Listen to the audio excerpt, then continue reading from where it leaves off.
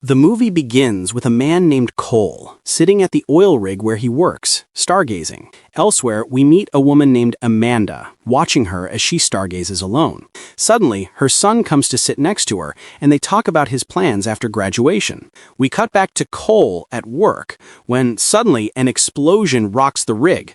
Cole tries to save his friends from the fire, but the force of the blast knocks him into the water. Luckily, they manage to rescue him before he drowns. They rush him to the hospital, and the doctor reassures him that his condition is stable, and he can be discharged today. The doctor asks for a family member's phone number to help him leave, but Cole tells him he's alone. Later, we see Amanda celebrating her son's high school graduation. Suddenly, she receives a call from the lawyer of a man named Tuck. She's shocked to learn that Tuck died yesterday at the age of 92. The lawyer asks her to come see him as soon as possible. Immediately after, the lawyer calls Cole, informs him that Tuck died, and asks him to come in. It's clear Tuck was a friend to both Cole and Amanda. Amanda quickly packs her bags to travel to the town where Tuck lived. We learn that she and Cole used to live in that same town. When she arrives, she goes to stand in front of Tuck's repair shop and happens to see Cole walking out. She greets him, as they haven't seen each other in a very long time, and asks what he's doing here. He tells her Tuck's lawyer called him and asked him to come by tomorrow. Amanda says the lawyer made the same request of her. Cole tells her he's happy to see her, as they haven't met in 20 years. Amanda gets nervous from his words and says she has to leave for an appointment with her mother. We flash back to 1992. We see Cole pushing a girl's stalled car. Amanda leaves her friends, goes over to help Cole, and pushes the car with him. It's obvious she has a crush on him and is trying to get his attention in any way she can, but he seems uninterested. Cole's friends yell at him because the girl is beautiful and charming, yet he's treating her coldly. They tell him to give her a chance and get to know her. The next day at school, Amanda intentionally stalls her car and asks Cole to fix it. Cole understands the game she's playing to get close to him, but he pretends not to notice and fixes the car. He asks her if she likes him, and she admits she really does, but he shows no reaction. Cole says he's a failure at love and relationships, to the point where he's never even flirted with a girl in his life. Amanda arranges a date for them on Saturday so she can teach him how to talk to girls, and Cole agrees. That night, Cole returns home to find his father waiting for him. His father tells him to get ready because he needs him for a job on Saturday. It turns out Cole's father is a drug dealer. Naturally, Cole isn't happy about this. He tells his father he has an important date on Saturday and won't be available to work. His father slaps him across the face several times for disobeying his orders.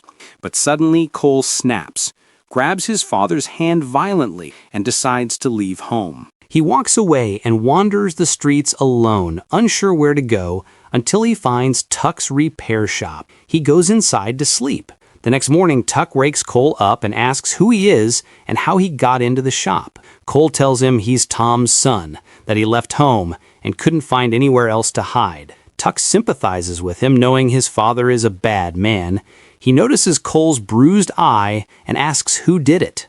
Cole tells him his father hit him. Tuck decides to let Cole live in his workshop and even gives him a job. Saturday comes and we see Amanda waiting for Cole at the restaurant, but he doesn't show up. She gets upset that he broke his promise. She goes to ask his friends where he is and learns he's at the repair shop. She goes there annoyed. As soon as Cole sees her, he hides his face behind a car so she won't see the bruise on his eye. Amanda angrily asks him why he didn't come.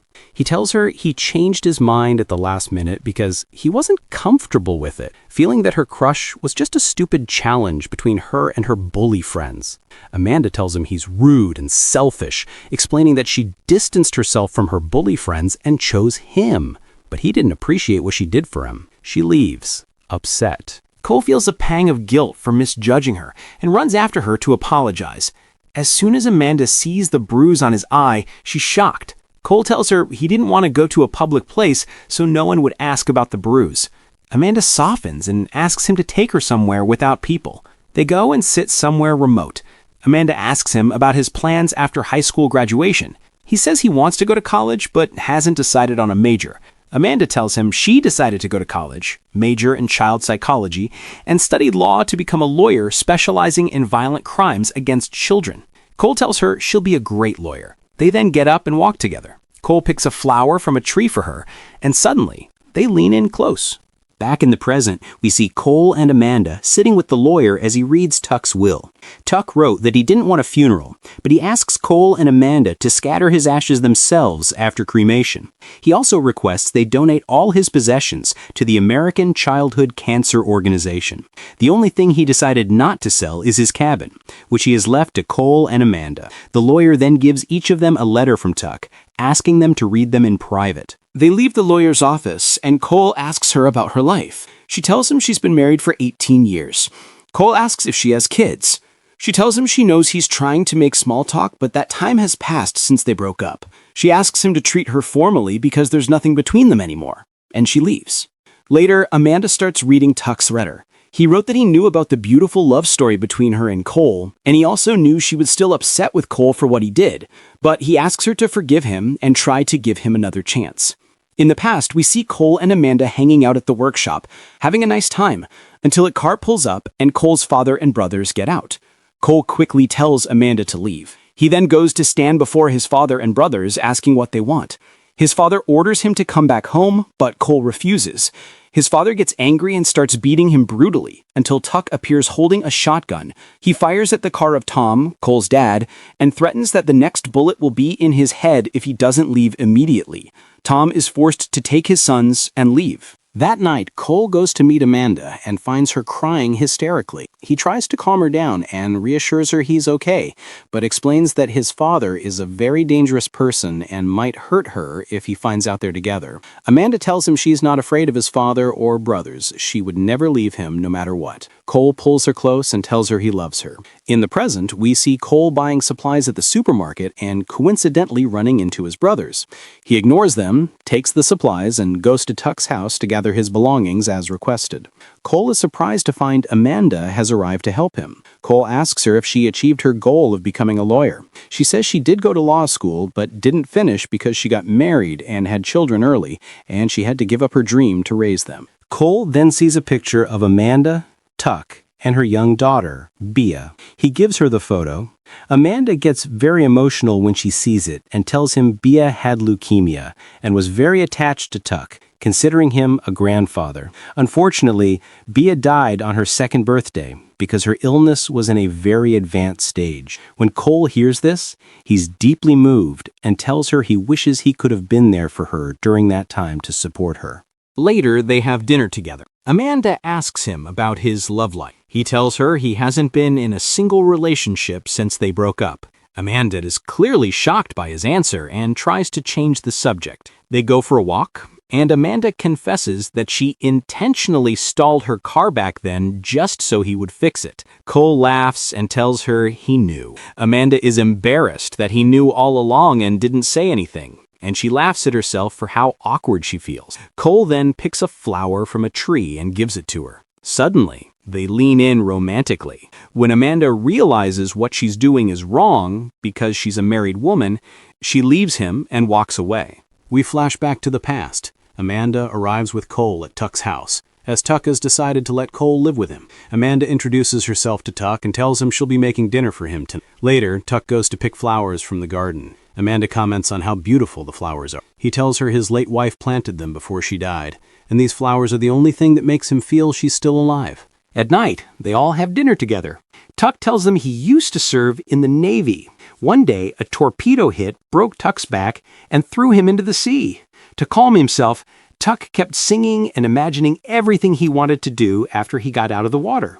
The first thing that came to his mind was hugging his wife as soon as he got out safely. And indeed, after he was rescued and recovered, he went to his wife and hugged her. 3 years later, they built a cabin in Vandermeer and lived there together. One day, he found his wife singing the same song he sang when he fell into the water. He sensed something was wrong with her. Shortly after, his wife passed away from an illness. Amanda and Cole are deeply moved by the story and realize how loyal he remains to her, despite the many years since her death. The next day, Cole goes to Tuck's cabin to clean it for him. After he finishes cleaning, he hears a strange noise in the cabin. He follows the sound and is surprised to find Amanda there. She tells him she wanted to surprise him. Cole moves closer to her and they spend a wonderful night together.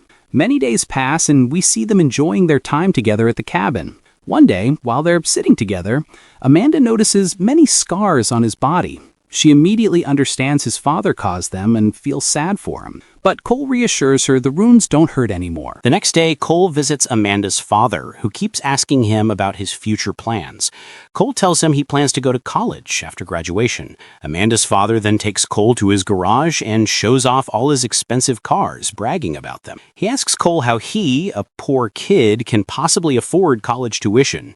Cole says he could get a bank loan or apply for a scholarship. Amanda's father offers to pay for his entire college education, but only if Cole stays away from his daughter. He says he won't accept his daughter dating a poor kid, especially since he's heard Cole's father is a drug dealer. Cole gets angry at his words and tells him he wouldn't stay away from his daughter for all the money in the world. Later, Amanda meets Cole and finds him very upset.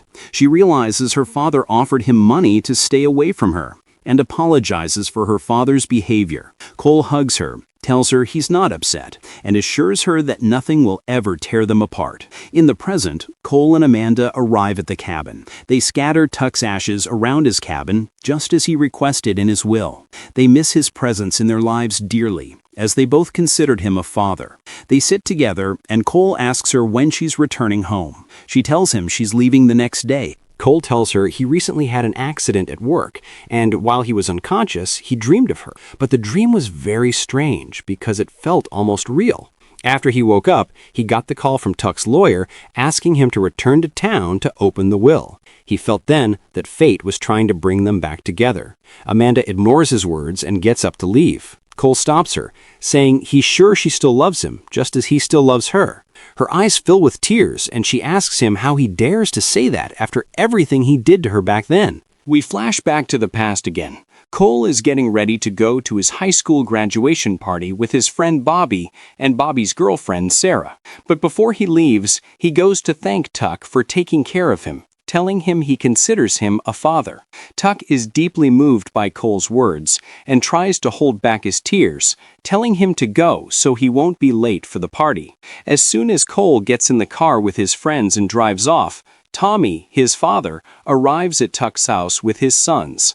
They beat Tuck and torture him brutally. They also drive their truck over the flowers Tuck's wife had planted. Then they leave him and drive away. Meanwhile, Cole realizes he forgot something at the house and heads back to get it. He's horrified to find Tuck lying on the ground, beaten. He runs to him, asking who did this. Tuck refuses to tell him. Cole immediately understands his father did it. He grabs his rifle and gets into his friend Bobby's car to go finish his father. Bobby tries to go with him, but Cole stops him, saying it's too dangerous. But Bobby insists, forcing his way into the car, refusing to let Cole go alone. When Cole reaches his house, he raises his weapon at his father. His father mocks him, calling him a coward who wouldn't dare shoot him. Cole does lower his weapon, but then he lunges at his father, punching him in the face. A violent fight breaks out between them. At that moment, Cole's father grabs the rifle to finish his son. Cole quickly wrestles the gun away from him, and in the struggle, the gun accidentally fires a shot. Tragically, the bullet hits Bobby, killing him instantly. A devastated Cole goes to turn himself into the police, breaking down in tears, consumed by guilt for killing his best friend. Tuck calms him down, telling him his father is the one responsible for everything. He tells him the police are currently looking for his father and brothers to arrest them on drug trafficking charges. He reassures Cole he won't spend much time in prison because he killed his friend by accident. Cole collapses, crying, saying he'll never be able to forgive himself for what he did to his friend. Tuck grabs his hand and tells him never to give up hope, saying he considers him a son. He assures him that when he gets out of prison, he will live a stable life and finally be free of his family. That same day, the police arrest Tommy and his sons, and they are sentenced to prison. Later, Amanda visits Cole in prison. She reassures him that she will wait for him until he gets out so they can start a new life together. But Cole tells her not to visit him again and to forget about him. Amanda asks him why he's saying this. Cole tells her he's facing 8 years in prison and he won't let her waste her life waiting for him. Amanda leaves, devastated by his words. But she doesn't give up. She continues to visit him every visiting day for a full year, but he refuses to see her every single time. Amanda is completely broken during this period, and Tuck is the only person who consoles her and stays by her side. Back in the present, Amanda is telling Cole all of this, saying she has lived her whole life in pain because of him. Cole apologizes for what he did, telling her he wasn't thinking straight back then. But his intentions were good. He didn't want her to waste her youth on him. Amanda breaks down crying. Cole holds her and apologizes for hurting her, promising he will never hurt her again. That night, they sit together in the cabin, reminiscing about all their old memories, and share a romantic night. The next day, Amanda is crying hysterically because she has to go back to her home and won't be able to see him again. Cole tells her that last night was the happiest night of his life, and he hopes to see her again. Amanda tells him she doesn't want to say goodbye, but at the same time, she must return to her husband and children. Cole holds her, stays by her side, and tells her he will wait for her for the rest of his life, in case she changes her mind and chooses to be with him. When Amanda gets home, she finds her husband busy as usual, paying her no attention. That night, Amanda prepares dinner, but her husband gets a work call, leaves the table, and walks away to talk. Amanda, upset, leaves the table as well. She sits alone in front of the house, crying her eyes out. At that moment, Cole opens his letter from Tuck. Tuck wrote that he had known Amanda for a long time and, through his time with her, knew she held deep pain and anger because Cole had left her. That's why Tuck decided to bring them back together, because he knew they still loved each other. In the end, he asks Cole to try and make up for the pain he caused her, because she still loves him, just as Tuck is sure Cole still loves her. The next day, Cole goes to meet Sarah, his late friend Bobby's girlfriend. He apologizes for what happened back then. Sarah tells him not to apologize. He wasn't at fault. His family was responsible for what happened to her boyfriend. Sarah confesses that she was pregnant with Bobby's child before he died and had a son named Aaron. But Tommy, Cole's dad, took control of her son and forced him to work in the drug trade. She begs Cole to save her son from his father. Cole immediately drives to his father's house and finds Aaron there. He reassures Aaron, telling him to come with him and not be afraid. Just then, Tommy appears, asking Cole sarcastically what brought him back after all these years. Cole tells him he's there to take Aaron and warns him that he'll finish him if he ever thinks about coming near him again. Cole then takes Aaron and leaves. At the same time, Amanda confesses to her husband that she never loved him. She tells him she still loves Cole and can't love another man. Her husband accuses her of being crazy, gets in his car, and drives off. Amanda then sends a voice message to Cole, telling him she still loves him and can't stay away, asking him to meet her when he's free. That night, Amanda gets a call from the hospital. They inform her that her son was in an accident. Amanda rushes to the hospital and asks the doctor about her son Jared's condition. The doctor tells her the accident caused severe damage to her son's heart. He's on life support and needs a heart transplant, but the problem is there are no available donors right now. Hours later, the hospital manages to find a heart donor for Jared. They perform the surgery, and his condition stabilizes. The next day, Amanda is surprised by a letter from the lawyer informing her that Cole was killed. She collapses in tears, unable to believe she will never see him again. 1 year later, we see Amanda at her new job. We learn she finally achieved her dream and became a lawyer. She gets a call from her son, Jared. He tells her he discovered that the person who donated his heart was named Cole. He tells her this man arrived at the hospital, murdered, on the same day Jared had his accident. When Amanda realizes Cole's heart is beating inside her son, she is overwhelmed with emotion. Her son asks if she knew this man. Amanda tells him she knew him well and will tell him all about him when she gets home. The next day, she goes to the cabin and finds a letter Cole had left for her before he died. He wrote that he had no purpose in life back when he gave her up, but seeing her again gave him hope. And even though he knew it was hard for them to be together because of their circumstances, he was happy just to have seen her again. In the end, he tells her he will love her forever, even if fate tears them apart again. And the movie ends.